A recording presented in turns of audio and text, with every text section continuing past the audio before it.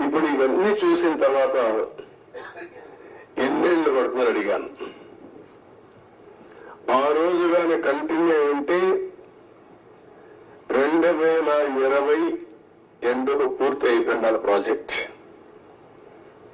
ఈరోజు 5 ఏళ్ళు అయిపోయింది.